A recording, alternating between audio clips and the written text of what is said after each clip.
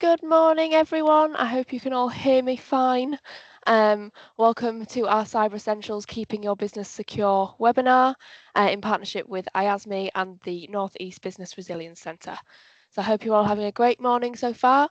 We're going to get straight into it today, but firstly, I'd just like to send over some apologies from Paul from IASME. Unfortunately, he's come down with a bout of sickness this morning, so he's unable to join us.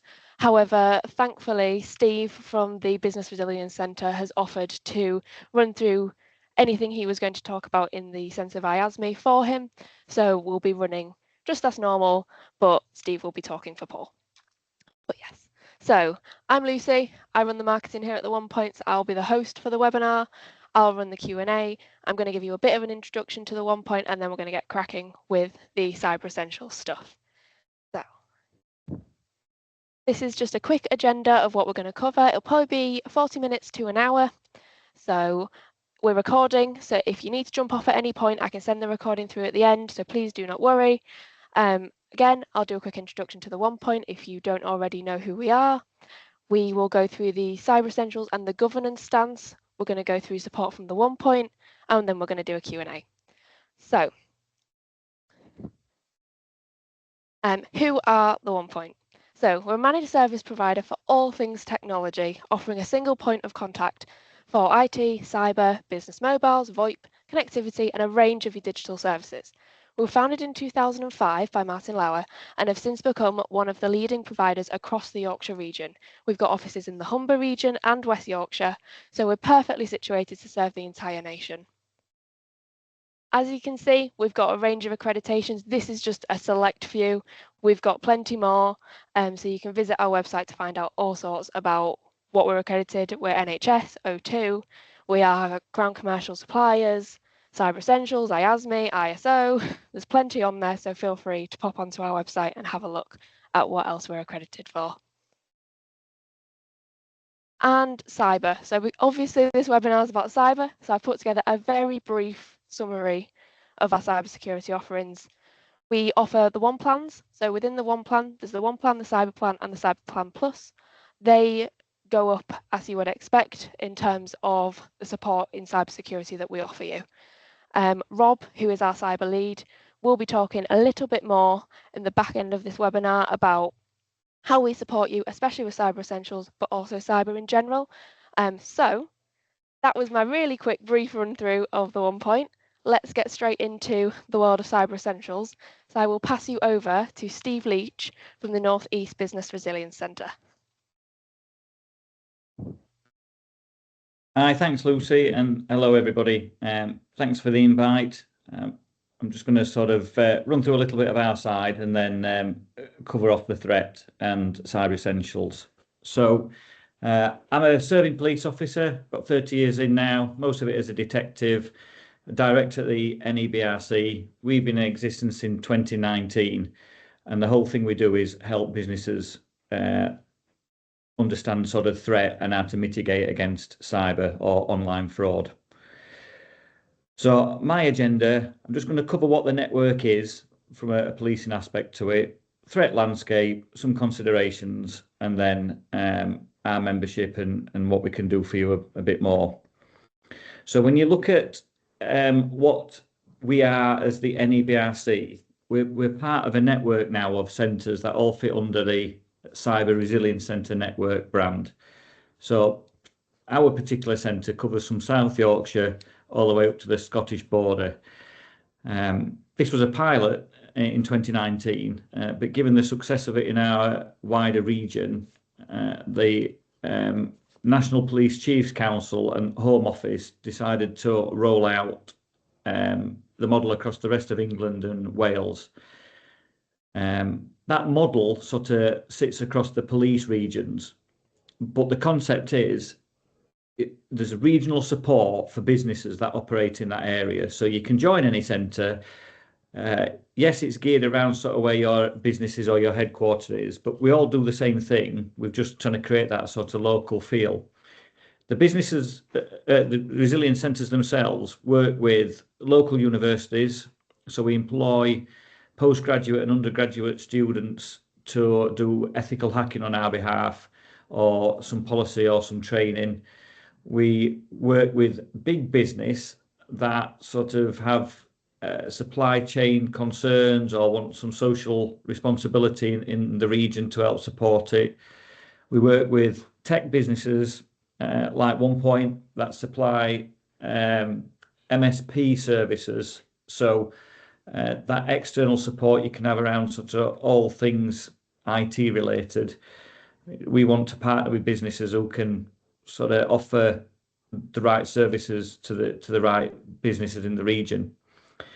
But we are fully funded government wise. We've just gone through a change where, without sort of going into too much detail, we're fully funded the everything that we do now. So view us as a little bit like an online crime prevention tool, citizens advice, if you like, for businesses. But we're looking for businesses to join us as a member so we can tell you what you should be looking at. So it's just modern day crime prevention, if you like. So, and I'm broad sort of brushing here and stereotyping slightly, but these quotes that are here now are quotes that businesses have come back to us over the years we've been doing this. So there's a bit of a misconception where businesses don't really understand that they're likely to be targeted of cybercrime. People will tell us they think they're too small, they're not worth looking at, they're quite young, they understand it, but they've got somebody that sorts things out. And while the headlines are always full of sort of the big organisations, Jaguar Land Rover recently, Co-op, Marks and Spencers, it still doesn't quite resonate enough with the smaller businesses down the chain with it. And for me, I think some of the language has been a little bit unhelpful. We'll talk about cybercrime, but there's no Cybercrime Act.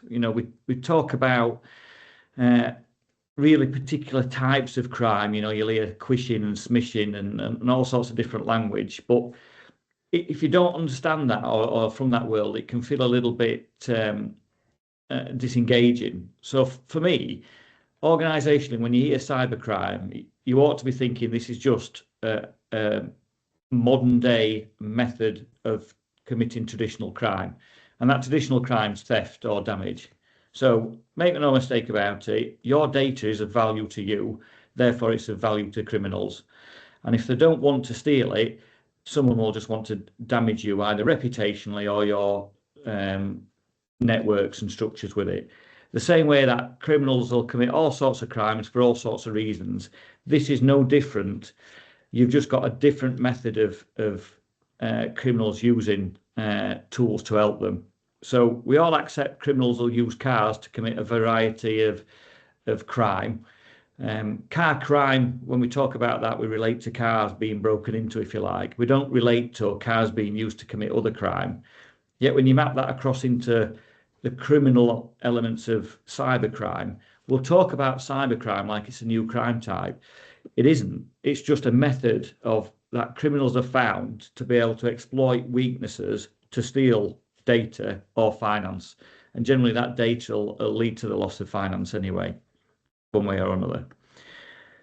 So when I made this slide, I thought I'd just make myself a bit of a challenge and put it up without actually understanding what each figure meant here.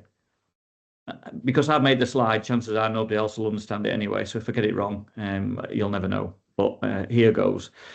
So the CSBS is the Cybersecurity Breaches Survey. Again, it's a .gov survey, and it's probably the most accurate one that law enforcement looks at. And it's in terms of what that threat is from cybercrime.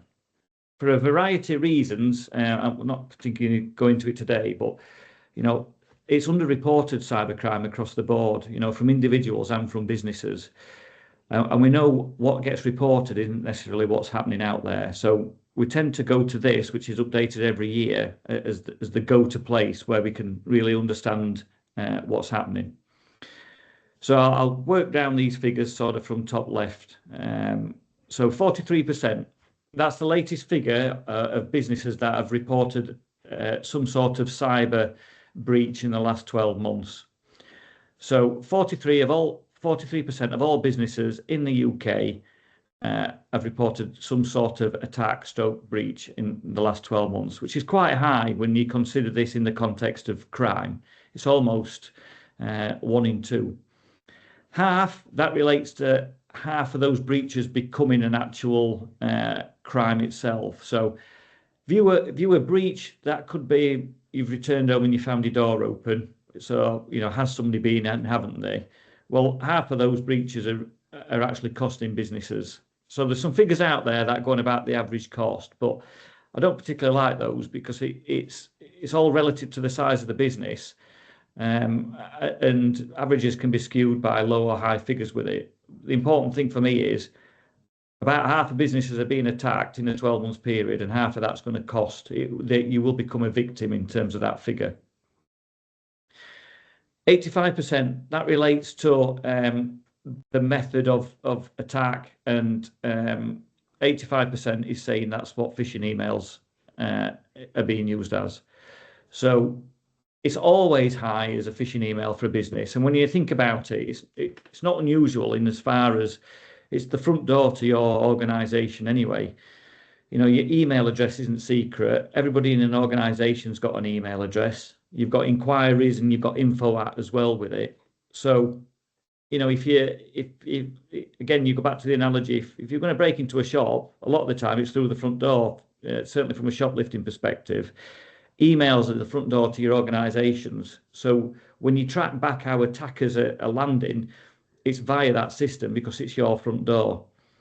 The other thing I mentioned at this point is most attacks, not all of them, but most attacks are exploiting vulnerabilities. It's not sector or business specific.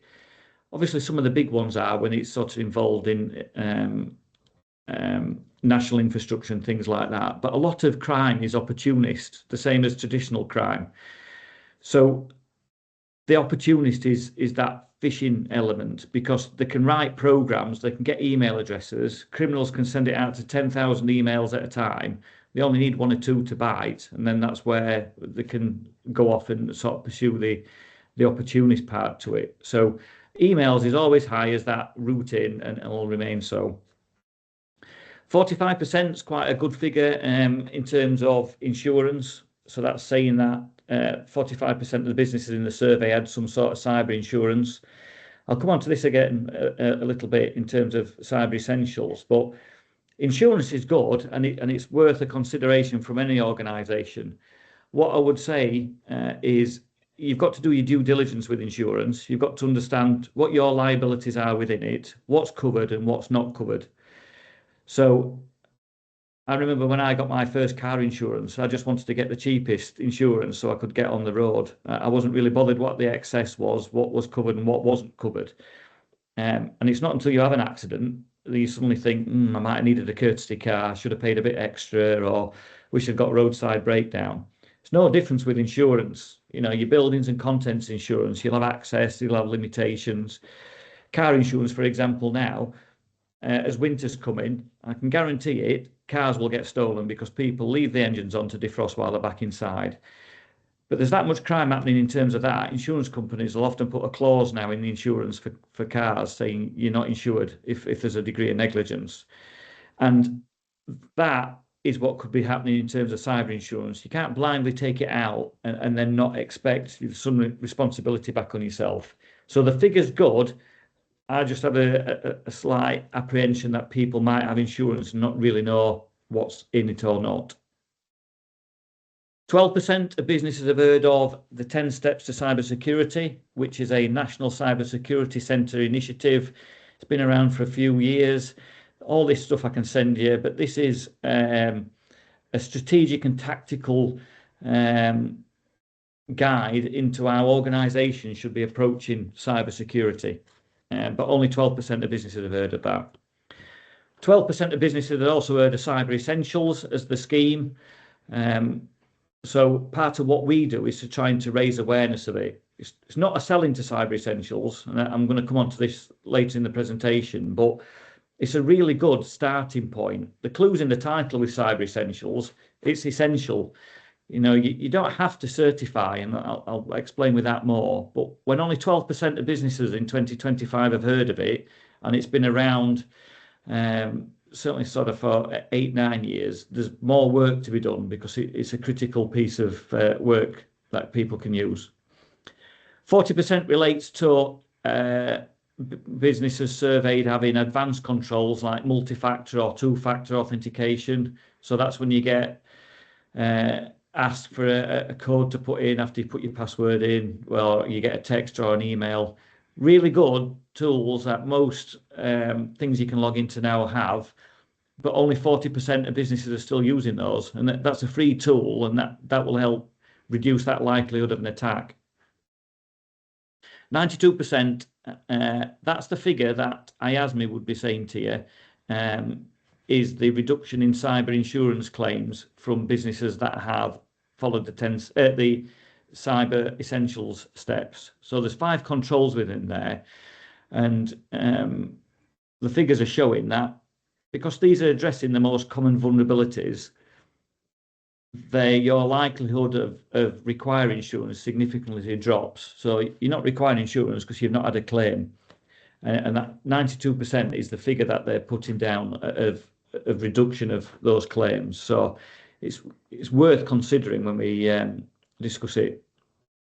So I appreciate there's probably a broad depth of understanding on the call with it, but I always have a bit of a thing about passwords, and we'll talk about some of the more technical stuff that you can do. But fundamentally, you'll know that you shouldn't have the same key for these items in your physical life. Your car key isn't your house key, it's not your desk key, and it's certainly not your window key. And actually, if you lost your window key, you might not be that bothered because you know every other window in your house has probably got the same key into it. But if you lost your car key, you'd have concerns. Now, if all these locks were operated by one master key and you lost it, then you would be having sort of real issues in trying to get them replaced and stuff. You understand the value and importance of having a separate key for a separate lock, and each lock is different. They're independent of each other. And we get used to the fact that you have to put your keys somewhere and come back to them. You might get to work and you forgot your desk keys and have to drive back home. We understand that inconvenience with it. Your house key, you'll know how many copies you've got, who's got your car key, where your second one is. So we understand how to keep ourselves safe because this is basic security. Yet the most fundamental way that businesses and individuals are attacked online is through having weak passwords or reused passwords. And by reused passwords, I mean you have one key that fits all of these. We understand we shouldn't have it in reality, and it's that same method you need to get into from a mindset. You need to have separate access for separate accounts, and that means separate passwords, and it means good passwords with it. And yes, you'll ask how you save them, how you remember them, how you store them. Guidance now is use password managers. Yeah, they'll generate them for you. They'll store them. From a business perspective, you can share them. Sorry, they're secure. You can have different sectors and different areas set up so different people can secure them, and they'll generate them for you. So you are less likely to be a victim of an attack if you can sort your passwords out. And just going back to the Marks and Spencer and the Jaguar and the Co-op analogy, there'll be loads of customers out there that have used the same password for the Co-op account that they use everywhere else. And some of that data has been exfiltrated, some of that data has been stolen, and it will be out there on the dark web. And those passwords might not be strong, and they might be encrypted, but they might be encrypted in such a way that it can be reverse engineered, or because it's the same encryption and the same passwords used everywhere, you can see the encryption so you can work out what the password is. So my point with that is if people are banked with the Co-op and any big organization that's had passwords stolen,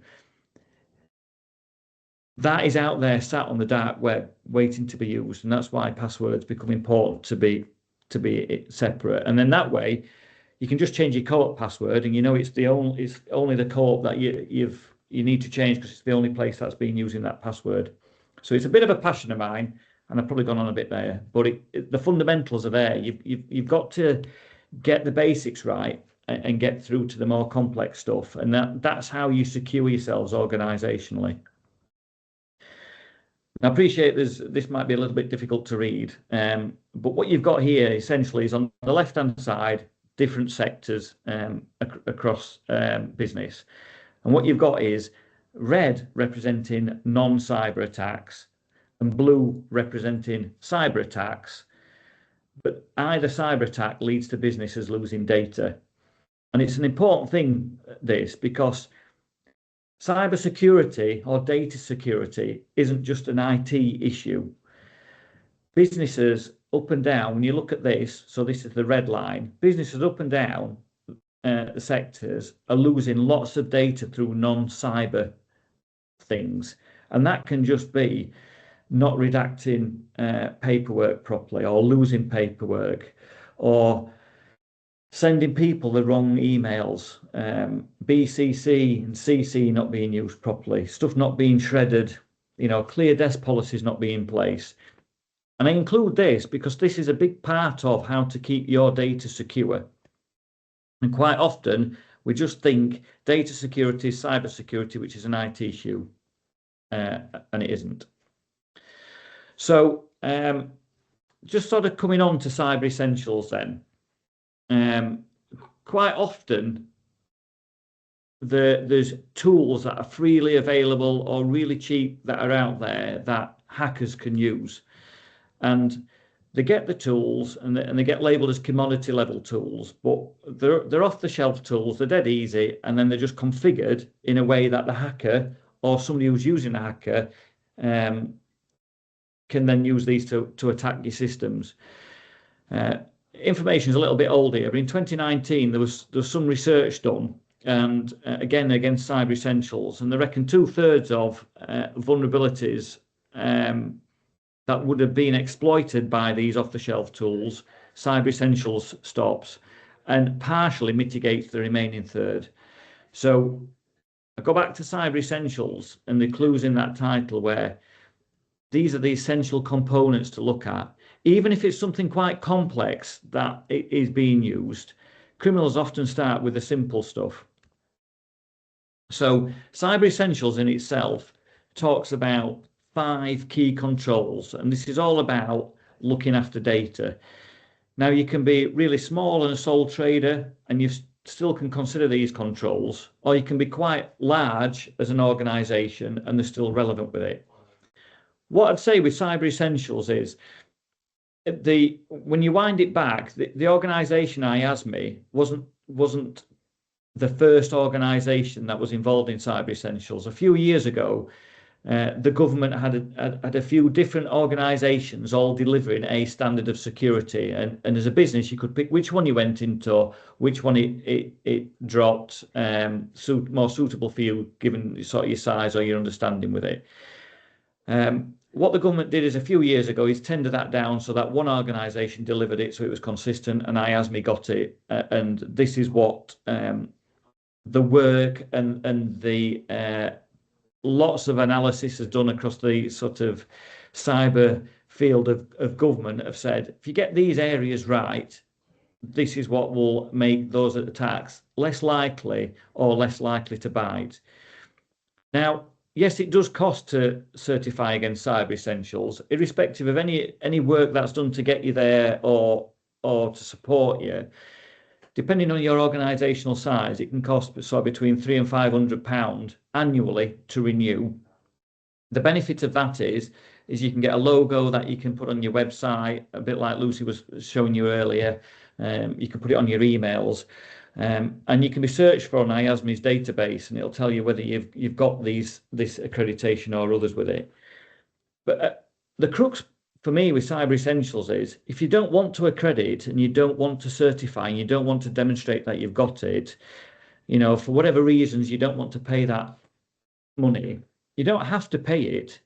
The guidance is out there for free. You can do all this, and you can be doing the most common things that you can do to make yourself more secure at no cost.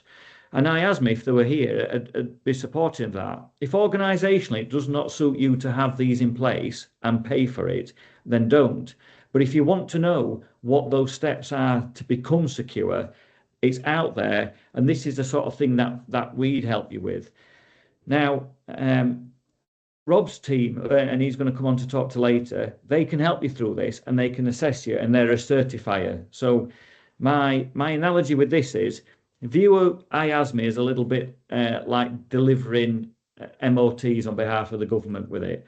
There's lots of garages you can go up to which can deliver your MOT, and it'll assess your car against a standard for a moment in time. Just because you've got it doesn't mean nothing's going to drop off it in 12 months. It doesn't mean you don't need it serviced. It doesn't mean you need to be looking after it. But at that moment in time, you've got that MOT that's valid for it.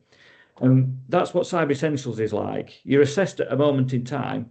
Doesn't mean you can't be attacked. It doesn't mean you stop being vigilant. Doesn't mean you stop doing other stuff with it. But there's a value to it. And organisations like OnePoint are the ones that will assess you. They're the garage, if you like, that you can turn up to, and they'll talk you through it. So some indication of prices there. And these are fixed fees. This isn't different companies charging the accreditation bit. If you need work to get there, that's different. But the actual examination board, these are fixed fees, and it's set with it. So these costs aren't horrendous, but obviously given what your size is and the rest of the costs are, there is that consideration within there. And different organisations will have sort of different ways to deal with this, but it is a bit of a pass and a fail. And depending on how close you are, you can have a quick retest, again, a bit like an MOT. So you need to be in a point where you're ready and you know what you're doing. But all that can be helped with. Just a bit of a common thing here. Again, we've pulled this together, but most businesses are running out-of-date software. Some are having legacy software that they know about or they don't know about, or is needed to run some equipment, but then it's sat on the network, which can be accessed. You know, a self-assessment, there is Cyber Essentials Plus, which is where what you're saying is tested. The first part of Cyber Essentials is a self-assessment, and a lot of it can be down to how you answer it. And there's a bit of a skill sometimes with it, but you've got to evidence it. And actually, with a self-assessment, you could lie through your back teeth and pass it, but then you're not doing yourselves any favour. You've got to try and be honest. And if you don't understand, that's what we can help you with, and OnePoint can help you with. You've got to understand it, because these are the basic steps. A very quick one, which I really like, user and admin accounts with it. And this wasn't in a few years ago, but I'm talking to you on a laptop. That's my works one that I use for personal stuff as well. So you'd expect me to have a personal account and a work account onto it. So I've got Steve Work, Steve Personal. Emails are separate, work and home with it. But I've actually got a third account on here, and it's called Steve Admin. It's still my account. It's still only me with that password to it. But my admin account password is different to the work one, different to the home one. But that admin account is admin for the device. Steve Work and Steve Home are user accounts. Anything I want to change on my device, I have to go via the admin account. And the reason for this is I might get a phishing email through my Works account, start clicking on stuff, and there's some embedded software that's trying to install. Now, if I've accessed that because Steve Work is an admin account and I've already logged in, it could well just auto run in the background to it. But if Steve Work is a user account only, it will ask permission from my admin account to install. So I'll get my own little self-generated pop-up saying, you're trying to install some software, do you want to do that? You've got to put your admin account in. And it's just a bit of a fail-safe that can be on the device. And I think it's brilliant, particularly for small organisations or people that work remote, or you've got your own device, that's, bring your own, that side to it. It's such a simple concept that can actually save you organisationally, because it's got that inbuilt second layer of checking for you. Just stops being stuff installed. Nobody else is running your admin, it's your machine. It's got that flagging system built into it for you. National Cybersecurity Centre annual review. You can read this yourself, but it's just saying you've got to understand what the risk is. Cyber Essentials is a real good minimum standard for security. I go back to the clues in the title. It's the essential bit. It's not the be all and end all, but this is how you can secure yourself easily. And if you're part of a larger organisation and you've got a supply chain, start asking the question of companies in that supply chain. You don't have to be that big when you're reliant. Go back to Jaguar. lots and lots of businesses are reliant on that element because of their structure and setup with it. That network is probably not as secure as it could be, but any supply chain is only as secure as its weakest link. So when you're dealing with people, are they sticking to the principles of it? And if not, why not to it? It's all about people, process, and technology. I got saying again, but cyber security isn't just an IT issue, it's an organizational culture. IT does play a big part in that security and that management of that risk with it. But you've got to understand what your people know. Do they understand the language? Do they feel confident? Is the culture right? Do they know what to do? Going back to phishing emails, organizationally, have you got a flagging system? If one person gets them, the rest of them know. Have you had any false positives? Are people questioning stuff? Are they vigilant enough to be thinking, is this legitimate or not? And again, do you know how to flag it? And if it is legitimate or it is a phishing email, what do you do and how do you deal with it? What's your policies? What's your processes? How do you make sure that it's not happening next week just with a different narrative with it? People's strongest assets, weakest link. Empower them and train them. Phishing emails are the weakness into an organization. Is people that's clicking the phishing emails. That is what the criminals are after. So make sure they understand it. And your processes, organizationally, it's down to you to understand. Have you got backups? Where are the backups? Who's backing it up? How quickly can you get that backup down? If all your devices went tomorrow through, fire, flood, or cyber attack, have you got a plan of how to keep your business running? Have you got a paper copy of that plan? Have you got the plan? Have you got numbers and stuff to ring? It's all part of that sort of thought process.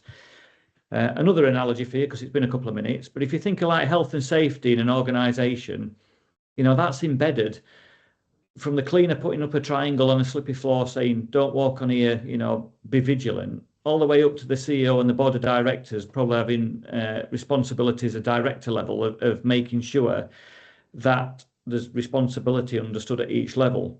So you might be sat in a business that has a fire alarm test once a week and, somebody's got a high vis and you'll go stand in a car park once a month.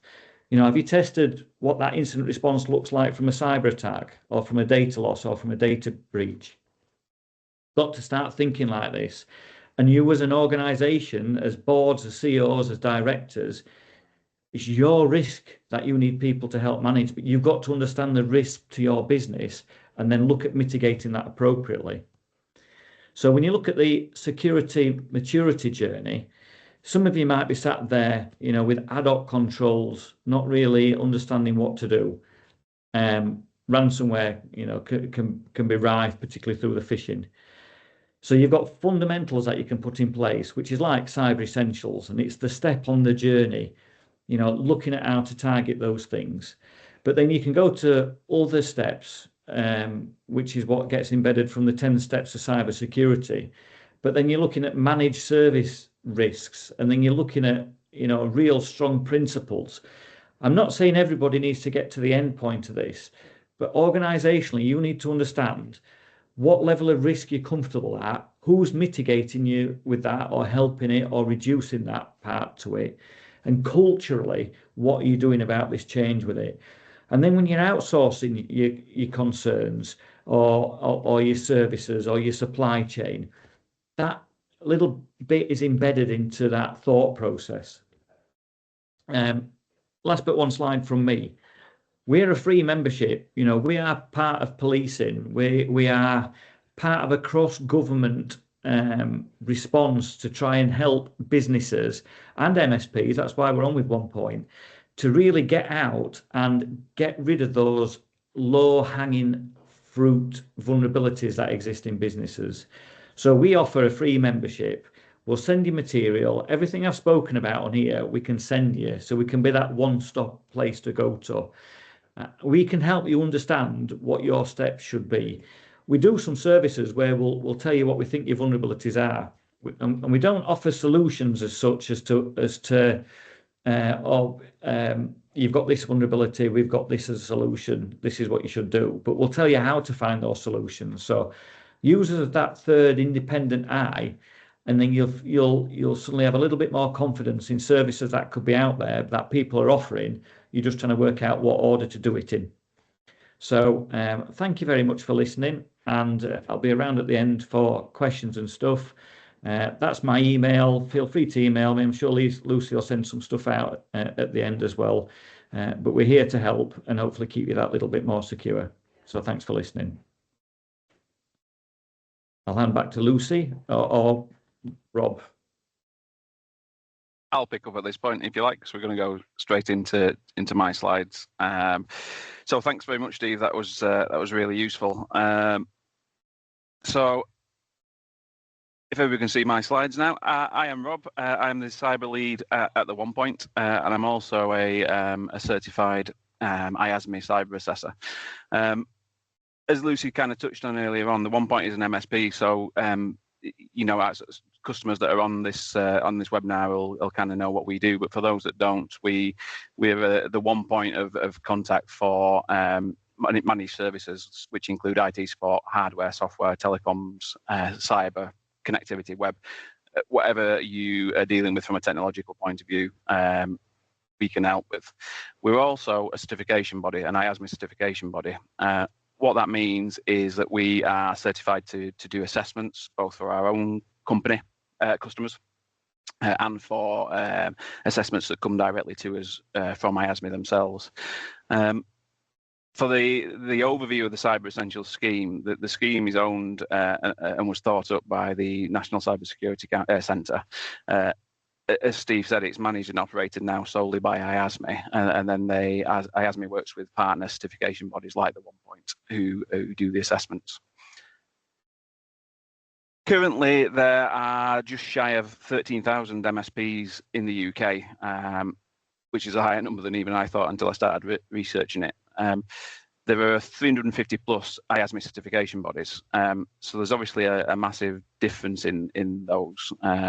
Even if all those 350 certification bodies were MSPs, which isn't the case, you know, there's still a massive difference there, and that comes back to a little bit about the awareness that Steve was talking about, although that is on the increase.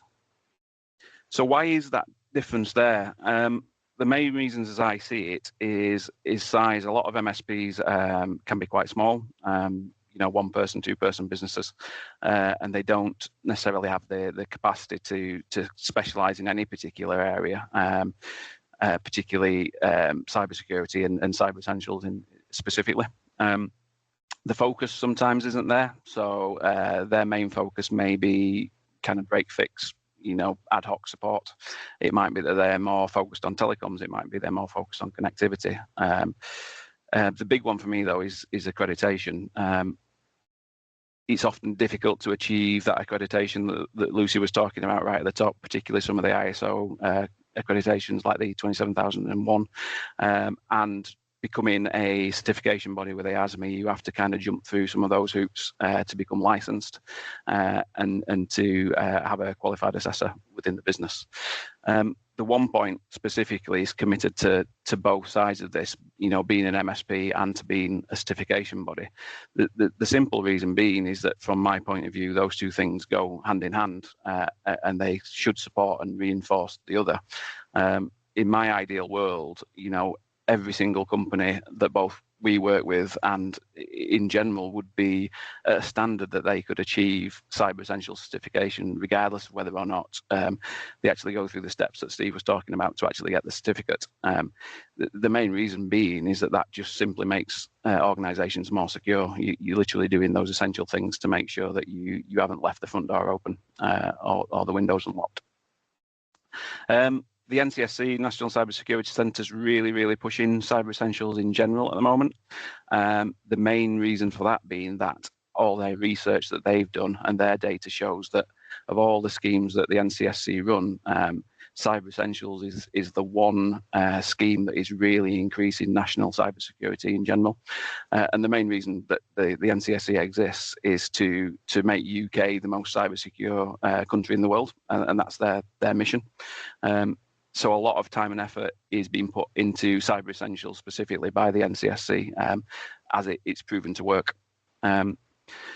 So I want to look at what the benefits are to kind of having an MSP that is also a certification body and vice versa.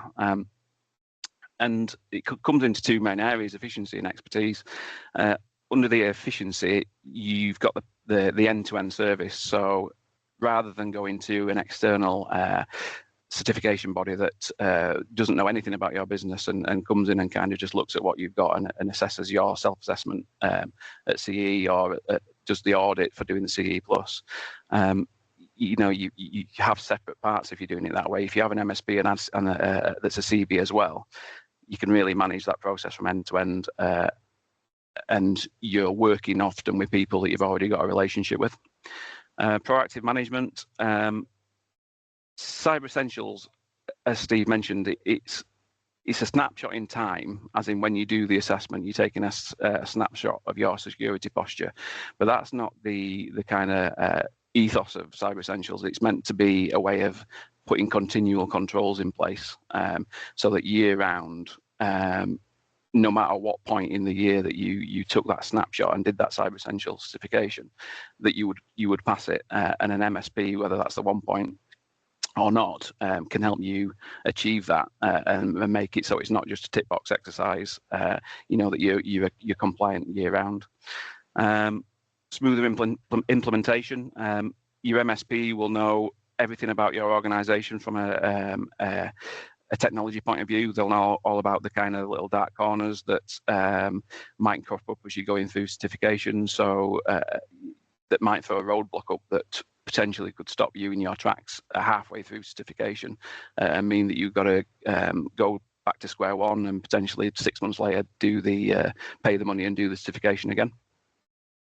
From an expertise point of view, MSPs in general, and in particular the 1 point, deal with all manner of organisations, from a size point of view, from, you know, one person businesses right up into, you know, 1,000 users. They've got that real breadth of experience across different sizes, different industries, different types of business.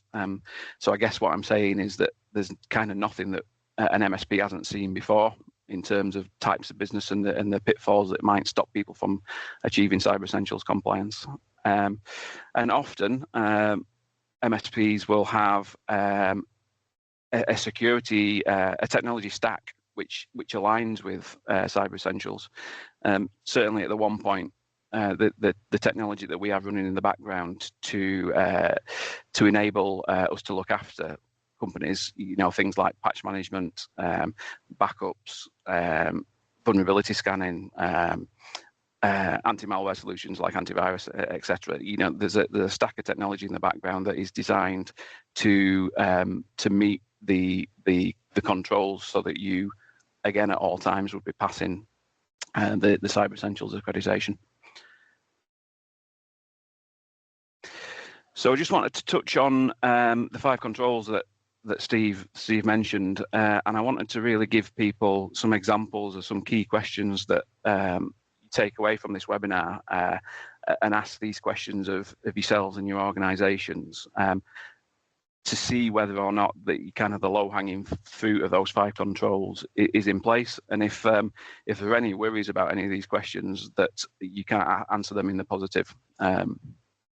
You know, at that point, my ask would be to talk to us to see what we can do to start you on that journey. So the malware protection part is really simple. Do you have anti-malware solutions on all your devices? You know, even if there's one device somewhere in your organisation or on your network that is literally the only one that doesn't have your antivirus installed, that's potentially that open door that the criminals might need to get in. And often people will say things like, you know, we have Macs, or we use Mac devices, so we don't need anti-malware. That isn't the case. As cyber criminals become more sophisticated, they'll exploit any loophole in any operating system. So the second one, security updates. Often this comes back to, are all your devices in a state that they can actually receive security updates? Often outdated devices. Most recently, Windows 10 going end of support with Microsoft. You know, do you have any Windows 10 devices on your network that can't be updated? Do you have any Android 12 devices on there? Do you have any iOS 17 devices in your network? You know, these are the questions that you need to ask. Is what devices do you have on your network, and are they still capable of receiving security updates? secure configuration piece. Do you have MFA enabled on all your passwords? As Steve were talking about, it's really important as a security control to have that second factor or multiple factors of authentication. As we move to a more passwordless world, in a few years' time, we probably won't have any passwords at all, because devices will have other methods, more secure methods of actually logging on to platforms. But at the moment, MFA is the best way of protecting your passwords from compromise. Access controls. Do all your staff have access to all of your company data? Or do you have that separate administrator account on your devices that Steve was talking about? And another big question I would ask yourselves is how old is your firewall router? Chances are that if it's more than 5 or 6 years old, that it's gone end of life and is now potentially has vulnerabilities on it that can be exploited. So it's just some easy questions that you can go away and ask yourselves in your organisation to kind of take that first step on the journey. I pinched these points from IASME themselves, actually, which I don't feel too bad about, as unfortunately, as Lucy said, Paul wasn't able to join us. So I just wanted to look at kind of the main drivers and the growth of the Cyber Essentials scheme, because it's taken off in recent years, particularly with the push from the NCSC. So some of the main drivers is that most government contracts, for example, the NHS, now require Cyber Essentials to even bid for the tender. And that isn't just public sector anymore. More private sector organisations are requiring that of their supply chain. So to become a supplier of certain large organisations, you'll have to demonstrate that you are Cyber Essentials compliant. That 92% stat from the insurance companies is massive, because if it's saving the insurance companies money, you can guarantee that they're going to be behind it.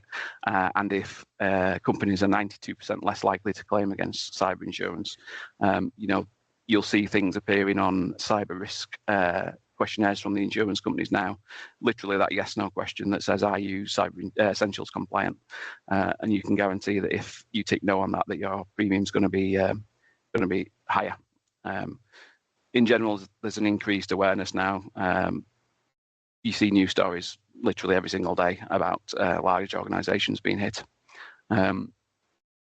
Often the counter to that is smaller organisations saying that it won't happen to me, or that I'm not a target. And although that may be true, there are opportunists out there who will take up any opportunity that's presented to them, big or small.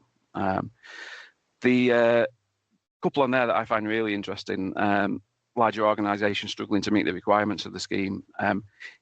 From my view, the larger organisations should almost be able to achieve the simple requirements of Cyber Essentials more easily. I guess the point of that is that their fleet of devices is often larger and it's more difficult to control. But that's somewhere that an MSP such as the OnePoint could help. The last one on there blows my mind a little bit, because MSPs are using the excuse that it makes their life more difficult. My view and the OnePoint view is completely counter to that. Cyber Essentials rolled out across your entire customer base will make your jobs far, far easier. So that's why the OnePoint is really keen to ensure that all our customers are kind of compliant with Cyber Essentials, regardless of whether or not they go to the extent of getting the certification. So that was really it from me. Just a real quick overview of potentially how the OnePoint can help if you're considering going down this journey. So I will hand back to Lucy for any questions and answers. Thank you to Steve and to Rob. That was great. I hope you all found some great insights in both of their presentations. If anyone has got any questions, pop them in the Q&A. I've seen one come through already. I've got some that were sent to me prior to the event from people that needed the recording because they couldn't attend. So I'll ask those first and then I'll go through the Q&A. So feel free to pop anything in there. So my first one is, once certified, what's the easiest way to maintain compliance throughout the year? I'll take that one.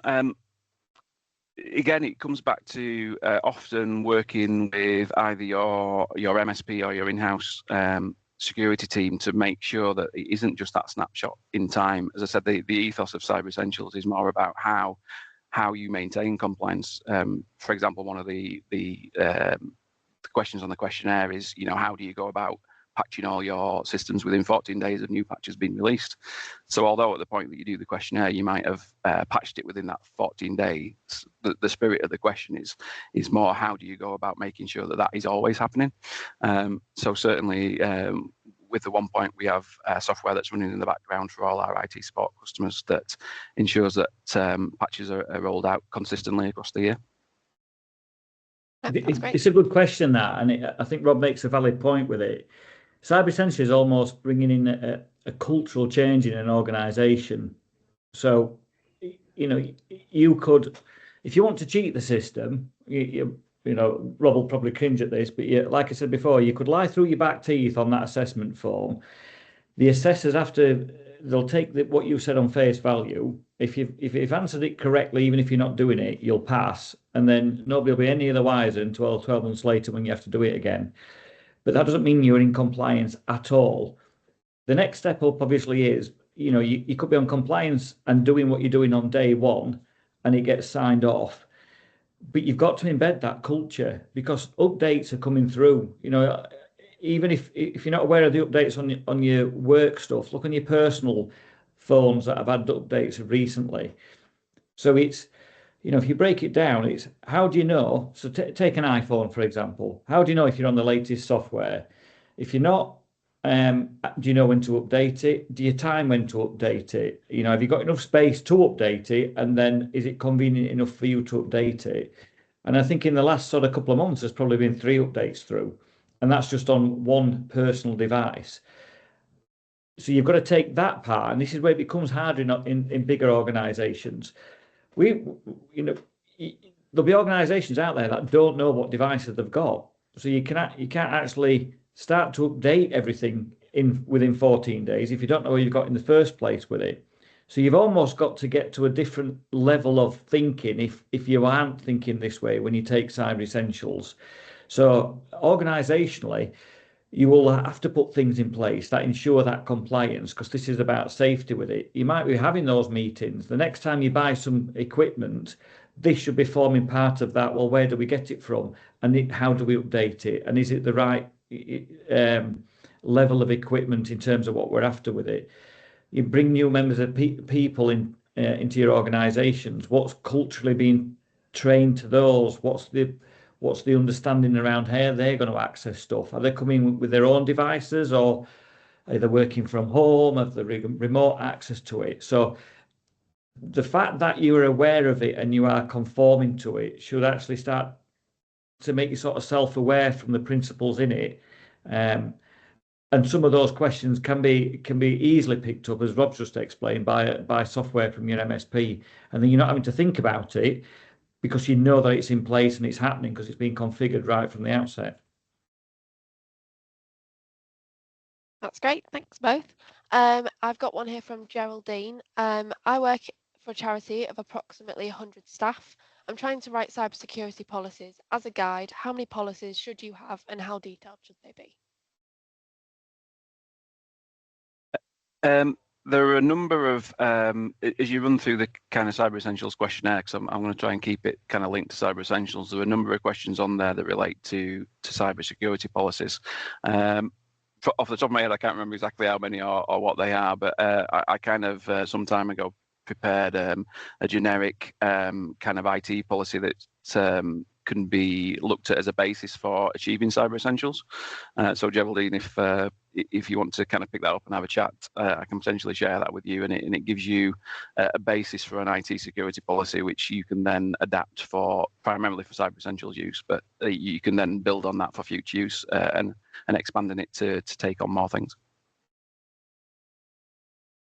That's great, thank you. And then next one, can Cyber Essentials still be gained with software that is no longer supported or patched? When software is fundamental to business operations, it's not that easy to just swap it out. The simple answer is no. If you have software or hardware that's unsupported, so that it can't be patched within that 14-day period that we were talking about, then that classes as a non-conformity on your cyber essentials, which potentially could result in you not passing the cyber essentials. However, a question like that comes to scoping, because there are a number of ways to scope your cyber essentials certification. You don't. The simplest way is to do it against the whole organisation, and that's the cleanest way. And that's what IASME would like everyone to kind of do. Just blanket say this certification covers the entire organisation. But what you can do is you can scope it differently and say, this certification is for my entire organisation apart from my legacy development network. And as long as there are genuine controls in place to segregate that network off from the rest of your organisation, you still potentially can achieve certification. So there's ways to do it. You just can't do it as a whole organisation certification. I like how you're thinking there, though, Sam. We've picked up on sort of manufacturing businesses that have sometimes got quite old devices running because of specific software that's not supported or patched with it. Sometimes they don't necessarily need to sit on the network; they can sit as a standalone part to it. But that scope part is valid, as Rob said to it, and so it almost allows like exceptions, but the principle of what you're trying to do is still there. Everything that you can do, and there's often feedback given to IASME with things in terms of issues that's found, and again, go back to the network we try and create. This is about trying to give you the tools and that assessment part of helping you, and there might be some things that just don't fit into it. So there's ways around it, but the principles that you're trying to achieve, you try and stick to the best that you can, I think. Yeah, that's great. I am slightly conscious of time. I'm not going to rush through the questions. We're still going to answer everything. But I'm just going to pop onto this slide just because if you scan the QR code, you can fill in a form and register your interest with Cyber Essentials or support for cyber with the 1 point. But I will keep going with the questions. So I have one that's similar to the one about software and no longer being supported, but it's about devices. So if an organisation has a mixture of old and new devices, will the CE audit identify the at-risk devices? If you get into the point, as we've talked about before, the Cyber Essentials, the first part is a self-assessment. So if you were to say the scope of our assessment is our whole organisation, and here's the list of the devices, and these ones are Windows 10 and no longer not supported, and these ones are Windows 11 and are supported. Again, that will constitute a fail. If it's scoped correctly, again, there's still exceptions to it, as we've kind of discussed. But if it's a case of you've got such a large portion of your organisation that isn't using supported devices anymore, the first kind of step on that cybersecurity journey isn't necessarily Cyber Essentials. It's how do we go about potentially updating those devices to a point where they would be compliant. So it's kind of similar to the other question about scoping. But it's great to see kind of people thinking about how they would set off on that journey. Yeah, that's great, thank you. And then the next one is worth mentioning that if an organisation is economical with the truth to get Cyber Essentials and they get hacked, the ICO will take a dim view on deficiencies and insurance could be compromised. Have you ever come across this with an organisation? I've come across it where insurance is not paid out. It's a funny position, the ICO. I mean, Rob might have a view with this, but the marketing, the imaging probably wasn't right at the beginning with the ICO. They're a little bit softer now, and it is they are designed to try and help and sort of stop incidents or give some support with it. The two examples I can say with the ICO is, I know there was an organisation that had quite a big cyber attack, hadn't done anything with it. The ICO gave a view and pretty much sort of gave them some direction as to what to do. And they completely ignored it, and they had a big cyber attack again.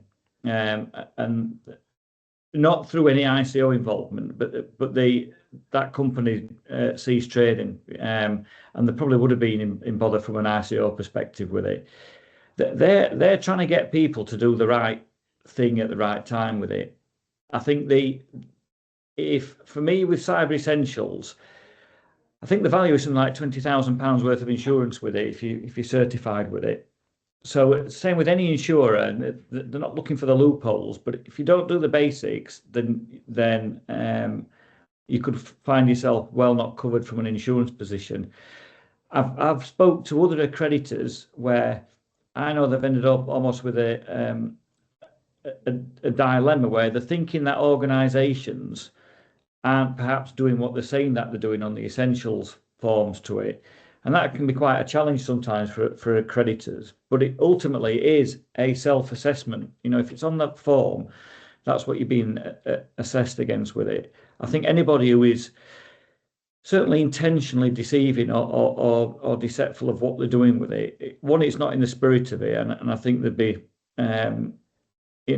everybody would take a dim view of it. There might be some of those things on there where you think it's been done, and because it's a self-assessment, you think it's in place, and actually there just might be one configuration that's not quite right, something that's been done that isn't really.